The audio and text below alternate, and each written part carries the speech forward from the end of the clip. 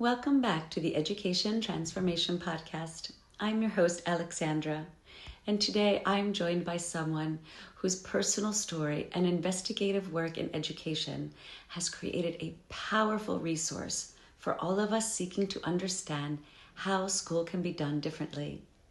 Melina Manghazehi is the founder of Schools for Purpose, where she serves as kind of an investigative reporter, visiting, interviewing, and documenting some of the most forward thinking schools around the world.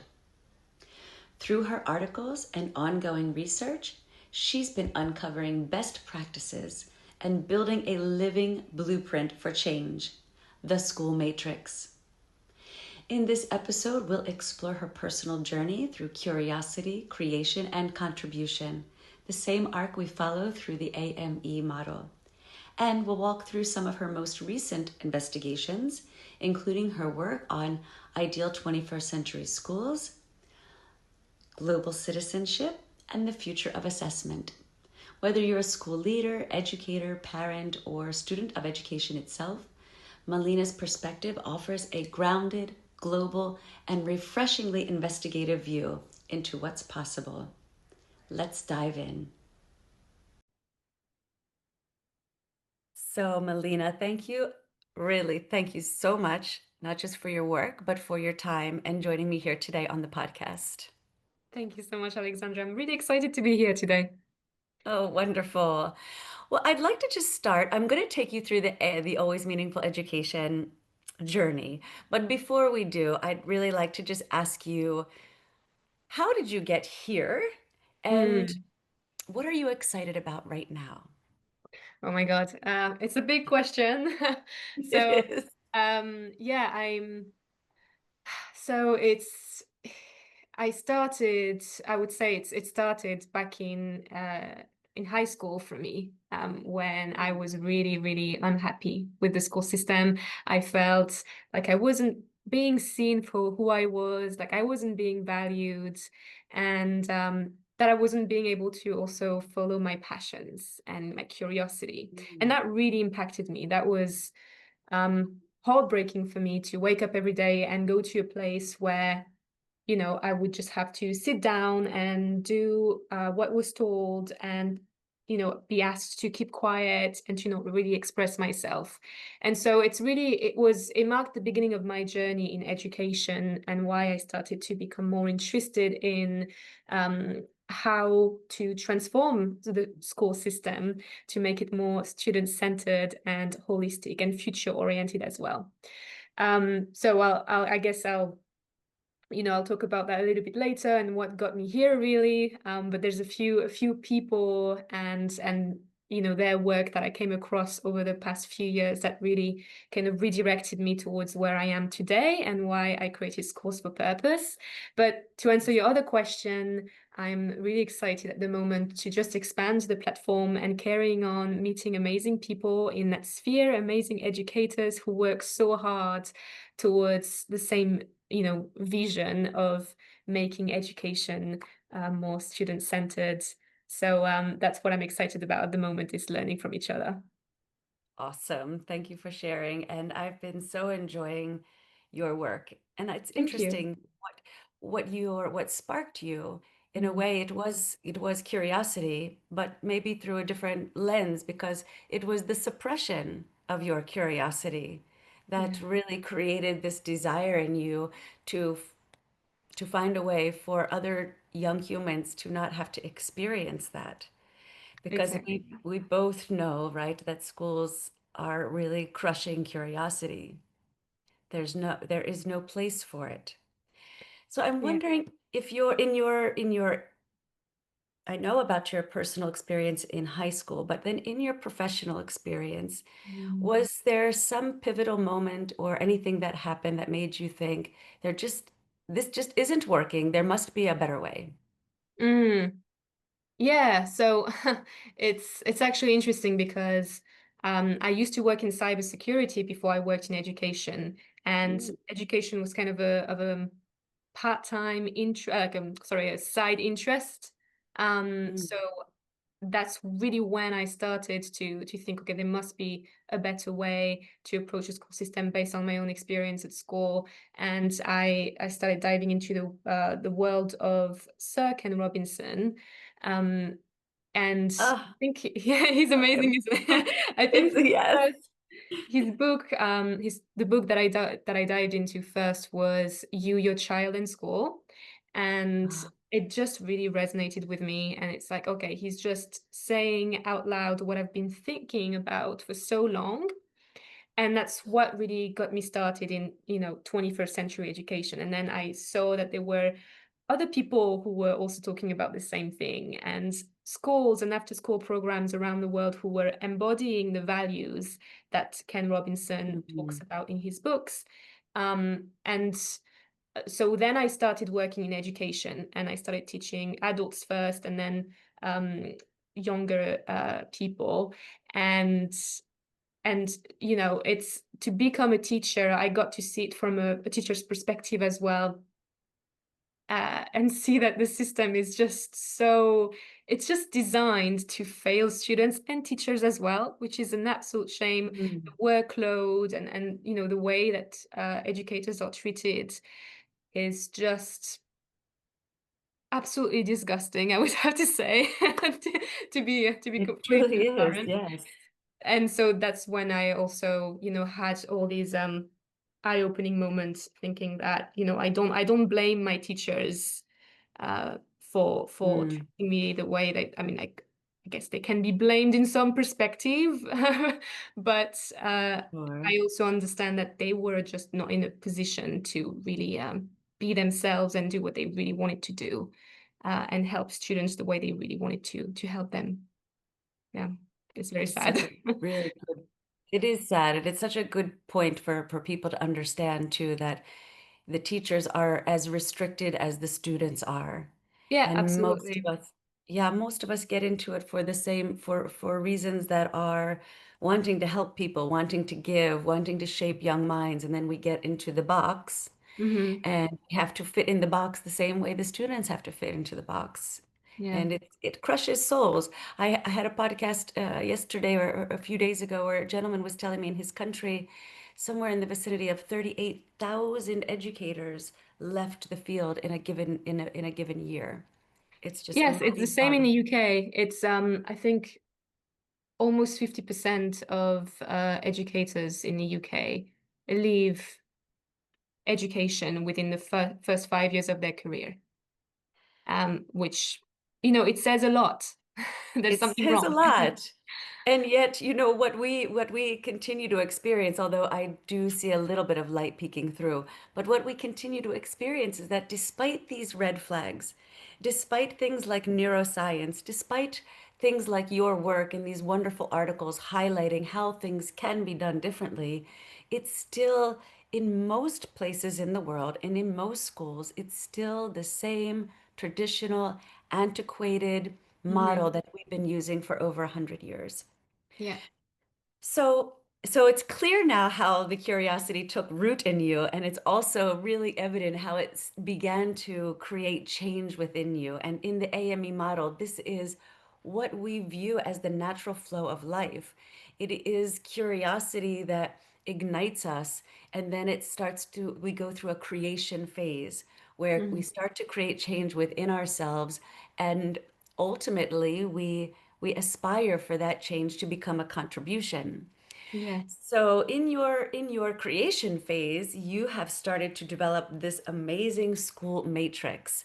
Could you talk a little bit about it and how it is designed to help educators reimagine their schools? Of course, yes. So the school matrix is kind of like a logic tree. It's not really a logic tree, but it's in a similar shape. It's a diagram with about 27 modules or more. I know it's too many. I need to trim it down a little. Like, I know I can merge some modules together, but all of these modules represent different 21st century principles and values. And it is meant to be a blueprint of what the ideal 21st century school looks like. And Mm. it was just a bullet point list of patterns and similarities that I found between those 21st century schools and after school programs around the world. And it was just meant for me at the beginning because I would love to create my own school in the future. You know, it's kind of a personal dream of mine. And those bullet points were kind of like a guideline for me as to what my future school would look like, what I would like to include in the system of that school. And then I put it as a matrix to add a more visual touch to it. And it's not a prescription. I'm not saying that schools should all follow all the different modules, because I believe that schools should also adapt to the needs of their learners and their community. But it's just a guideline, and yeah, you can click on all the modules, not all of them for the moment because it's a work in progress, but some of the modules redirect to additional research, like articles that were made in collaboration with educators and school founders around the world, just to understand a little bit more about how to implement those different principles. Wow, I would love to just pick your brain about all of the ones that you had on that initial bullet list. But for the Yeah. sake of time, could you maybe talk a little bit about which of these modules do you feel are really overlooked in the traditional model? Mhm. And But, perhaps maybe touch on some of the ones that you think might have the greatest potential to dramatically mm, shift or of course. transform education? Yeah, I think all of them are basically overlooked by the traditional system. Um, yeah, I think at the moment we are starting to focus a little bit more on well-being, which is a good thing. Well-being is being spoken about more in even traditional settings, but again, we are kind of seeing it as an add-on to learning and not the foundation of it. It should be the foundation. It should be built in, like the whole system should kind of emanate from this. So we're kind of Yes. still approaching it slightly wrong, but at least we're talking about it. So it's a first. Mm, And we're talking about all these yes. emerging technologies and things like that. But I would say that to me, the process of self-discovery it's one of my, if not the module that I care about the most personally, because that's what school should be about. It should be about finding who you are, understanding more about your unique calling, your unique purpose in life, how you want to contribute to society, right? In your own unique way. Um, Yes. and unfortunately, that's not something that happens at school. At least it wasn't my case when I was at school. And I Sure. think that putting things in place, different methodologies to achieve a greater self-awareness, or to Mm. have more real-world experiences, to just figure out what you like, what you don't like, and so forth, to develop skills and understand what your strengths are, and Oh, to add like a reflective process as well, self-assess and things like that. There's so many ways you can achieve that, and just that could have a tremendous impact on students' self-esteem and self-discovery and agency and so forth. well, I mean, you have literally just articulated the pillars of AME. So as you Great. were saying it, my heart was just blossoming. It was resonating in my spirit. You are so right. Self-awareness not just essential, it is the essence of growth to become. We are all becoming. And if we can start with these young minds and these young humans and bring their attention inward and help them think, what do I like? What am I interested in? What am I curious about? Yeah, And how do I uniquely learn? What strategies and methods work for me? How can absolutely. I take my skills and my interests and my uniqueness and contribute to this global citizenship, this global world, this economy that we all live Yeah. in? I'm so refreshed by the way you just articulated that. And to add on to that, as you said, I don't want it to be an add-on, but well-being. I mean, this is if we are not our best selves, then we cannot do anything at our Hmm. best. You know, Exactly. in the AME model, we are starting always with self-care. And a Hmm. lot of times that comes up from the kids, like, oh, can we do this later? Can we do this? Why now? And so we are, AME facilitators are constantly helping them understand that they have to be first, that their mental state, their physical state, and their emotional state are all the pieces of the puzzle that will make their ability to learn and contribute so That's much beautiful. easier. So, oh, just That's love that. amazing. Well, let's dive into some of your recent articles. Yeah. You've written several powerful articles. I love all of them. I'm Oh, every thank time I'm you. reading I'm them, I'm glad. like, yes, Oh, thank you. read this world. That's so Um, sweet. so the one, what does the ideal 21st century school look like? You lay out a Mm. beautiful vision for identity, global citizenship, and student agency. Um, could you just talk a little bit about that article, and maybe you want to speak a little bit about your collaborators and how did you guys land on that one? Of course. Basically this article, so I wrote it a little while ago, and it's just about the school matrix actually, and it kind of lists out all the different modules and then categorizes them in 5 different groups like identity and purpose or skill acquisition and well-being and so forth. And so I took an example on a lot of schools that are on my list of schools on my website to see how they implement it. Like, for example, I talk about flexible curriculum and being able to choose what topic you want to work on today or what project you want to dive into for the next few weeks. And schools such as Sora in the United States, it's an online school that they're doing just that. There's plenty of other schools that do the same thing.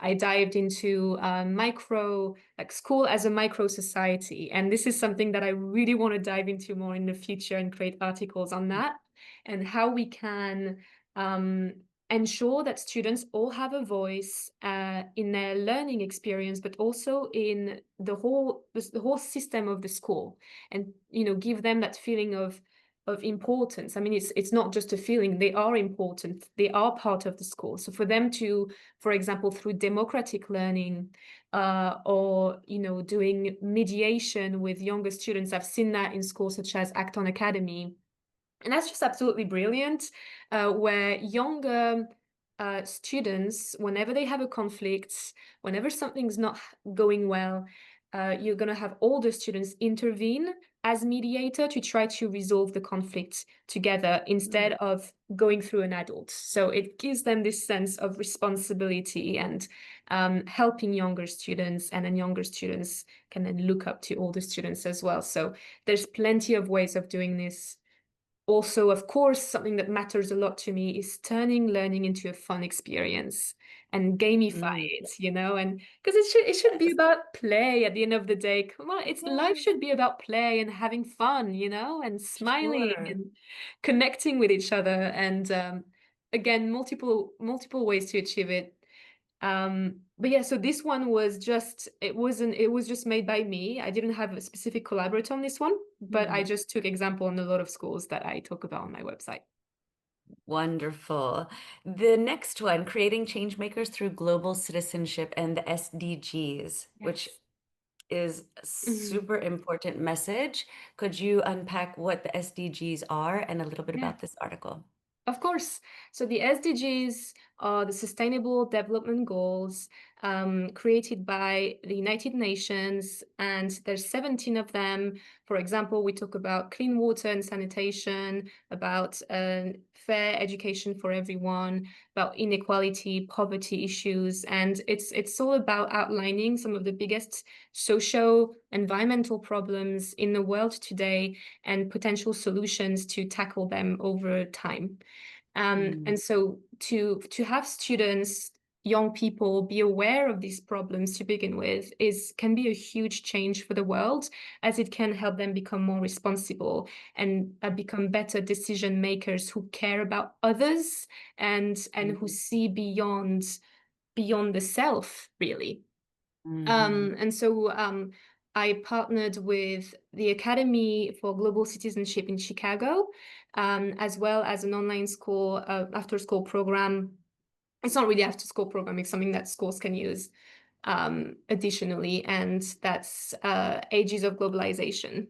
And Mm. they, include the SDGs in their curriculum or in their program, or simply their foundation is all about global citizenship. Okay. And so it's all about figuring out how to help students care for first for their classmates, Mm. and then eventually their community, their school, and then their local community, and then eventually the whole world through project-based learning and talking with, with various experts Mm. located around the world, or doing like virtual visits of UNESCO sites, heritage sites, or answering important questions such as what challenges are is our community suffering from? How is it related to SDGs? What can we do right now to raise awareness or to help people around us? And it's just building that mindset over time. Yes, so important. It's making me think about one of the projects that AIM students did back in 2021. We were on an island that was quite littered with trash. And we reached Mm, out to the sanitation company because we recognized that the places we were staying didn't have any recycling. So we initiated recycling for the community. We contacted the newspaper. We held beach cleanups, and the newspaper highlighted, what the students were doing. So they were immersed in the community. They were making the phone calls. They were participating in the interview. They were cleaning up the trash. mm. And then ultimately, they wrote a book about it called A Journey of Discovery Through Oh, Big that's Blue, where they just talked about the enormity of the problem of plastic that we had. But then, they took it a step further. I love how you have this in tiers because it starts really with your immediate community and then absolutely, yeah. it builds. So for us, what we did is because this was a micro school, there were 3 or 4 families in this particular school. We targeted the families. How many plastic water bottles are you drinking? What kinds of plastic products are you buying?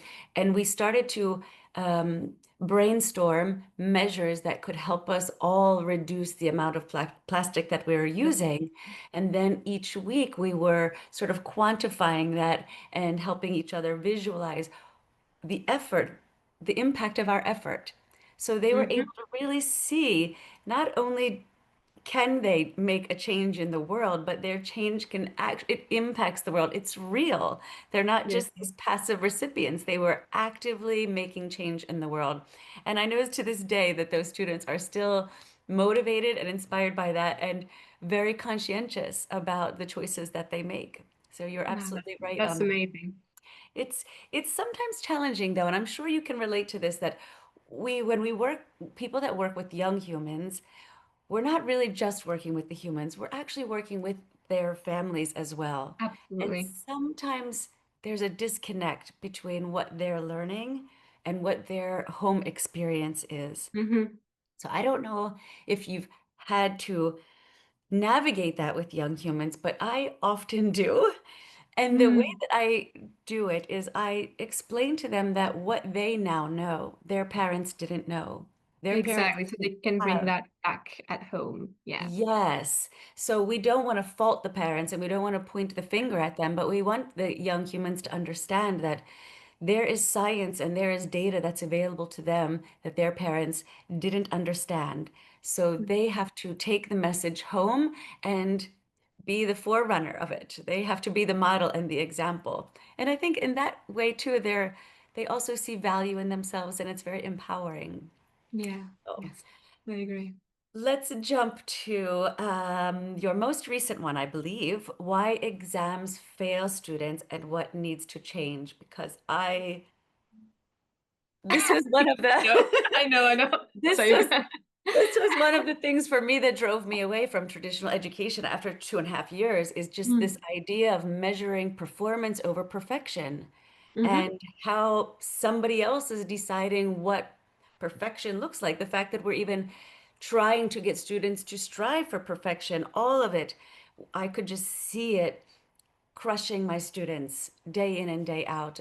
So I loved this article. I was shocked to read your statistic that was it 7% of Hmm. educators believe that current assessments are effectively measuring skills. That is Yes. amazingly No, powerful data. yeah, yeah. So So that's please, in the UK specifically, but okay, yes, you okay, thanks for clarifying.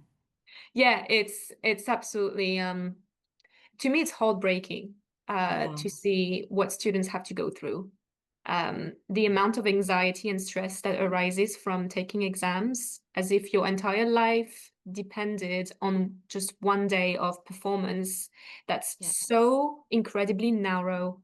It's just about measuring how much information you remember or vaguely understand from the lessons, which of course proves one small aspect of your capabilities and Yeah. intelligence, but there's a whole full other picture here that's not being explored.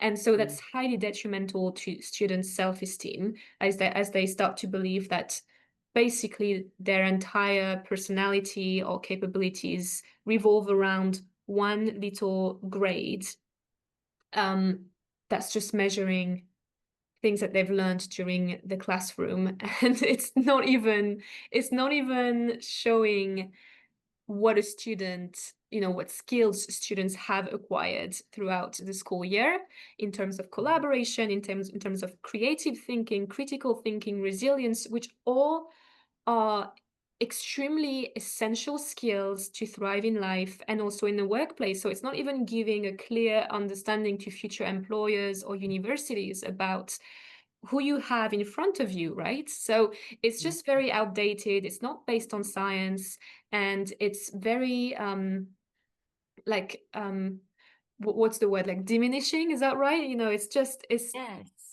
it's it not is the right diminishing. way. It's not right the right way to go anymore. It's never been the Yeah. right way, but especially not now. You're right, absolutely. Now that we have the science and we have the evidence and we Mm. have all of these vast experiences from humans, and I think it would be hard for us to find one that doesn't relate to this, how in Yes. school they felt inadequate or incapable because of a test score. I'm a huge advocate for measuring progress, for teaching young humans how to measure their growth, as opposed to this idea of performance over perfection. From little 4 and 5 year olds to keeping little checklists of what skills they developed in a particular day and what strategy they used and how it helped them. Could you talk a little bit about your the awareness that maybe you have from interviewing all of these amazing schools, and what are some of them doing to Mm. shift away from assessments? How are they collecting data and how are they using it? Oh, yeah, that's a great question. And so many schools are doing it slightly differently. But I would say that the most common one that I've seen is really through project-based learning and creating digital portfolio. Mm, So that really allows students to, first of all, dive deep into a specific subject that interests them. yeah. So again, it's following their curiosity. And it's more like it's a long-term thing. It's not like it's a one day, you have to prove yourself in just one day or 1 hour, which can be extremely stressful. It's a long-term thing. Some days you might feel a bit off, and that's okay. And some other days you might be really energized and motivated, and that's fine. And it's going to track their thinking process, their analytical and creative thinking skills, their collaborative skills as well if they work within a team, and other growth factors that they would have gone throughout the year. So, and that's also a great way to prove that, like a more holistic picture for Yes, universities or training providers or future employers, or even just to yourself, right? So that's, I would say, the absolutely. most common one. And then there's also things such as breaking down a main goal into smaller steps, like micro credentials and things like that, that work quite well, which I think are very interesting too. But yeah, multiple ways, and I'll dive into it deeper in future articles.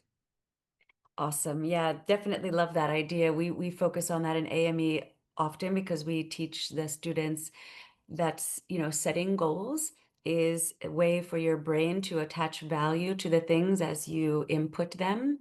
Mhm. And then, some learners really love when they can take a goal and break it down into teeny tiny steps. It Yeah. feels more accessible to them. Yeah. And then they can, as you're saying, they can sort of track themselves through those little steps. But the other thing that I think it really provides for them is this opportunity for reflection, because they Mm. can look back at their week, at their month, at their project at the end of a full project cycle, which in AME is sometimes about 2 months. And they can look at what strategies did I use? What skills did I develop through this process? How was I feeling along the way? What were the things that I really saw myself achieve a lot through or get excited about? So Exactly. by equipping and empowering them to track themselves and report on themselves, then we also build in this metacognitive aspect where they're thinking about their thinking and thinking about their processes. And what we can imagine is Mhm. if students for 12 years are able to do that, think of what kind of adults they will be. Like Exactly. imagine a 5-year-old through an 18-year-old repeatedly having this opportunity to look inward, True. follow curiosity, find strategies that help them unpack their curiosity and create through it, repeatedly contribute to the world, finding out what works for them, how they feel about it, what Amazing, excites isn't them. it? It's just, it blows Mhm. my mind to think of You've got the, somebody who is free and who is yeah, confident, who can just change the world, right? absolutely, absolutely. I'm getting goosebumpy. Oh, Melina, I could just keep you on for hours, but I'm going to bring us to the final reflection because of time. If you could embed just one mindset shift into every school leadership team tomorrow, Oh my what would God, it yeah. be and why? Ooh, that is such a good question. I think it's to trust the child more, I would say. Um, and people struggle with that so heavily because we just assume that children are inferior and that children just don't know.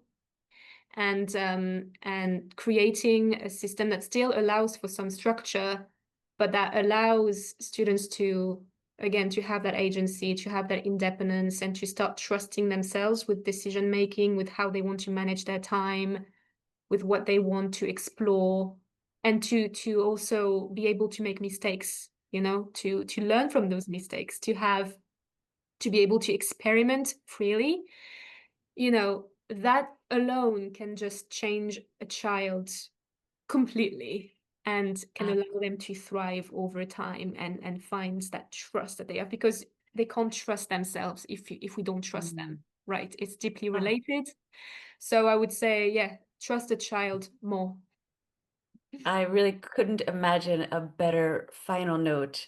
Mhm. You're absolutely right. We need to trust our young humans and allow them to see that trust shining through and cultivate it inside of them. Mhm. So I just want to thank you for allowing yourself to be curious and to follow that curiosity and allow it to create change within you, because the change that you are now making outside of yourself and contributing to the world, I know is going to have a huge impact. And your work is so valuable, so Mhm. meaningful. I'm honored Yours too. I'm honored to really just be in this podcast with you and help you share all of what you're doing so that we can let the rest of the world know all of these really important messages. And hopefully our paths will cross multiple times, and together we will see these seeds blossom into the beautiful garden, that the potential Wow. that they have. Oh, that's beautifully said. Thank you so much, Alexandra. Thank you. Thank you, Melina. Take care. You too.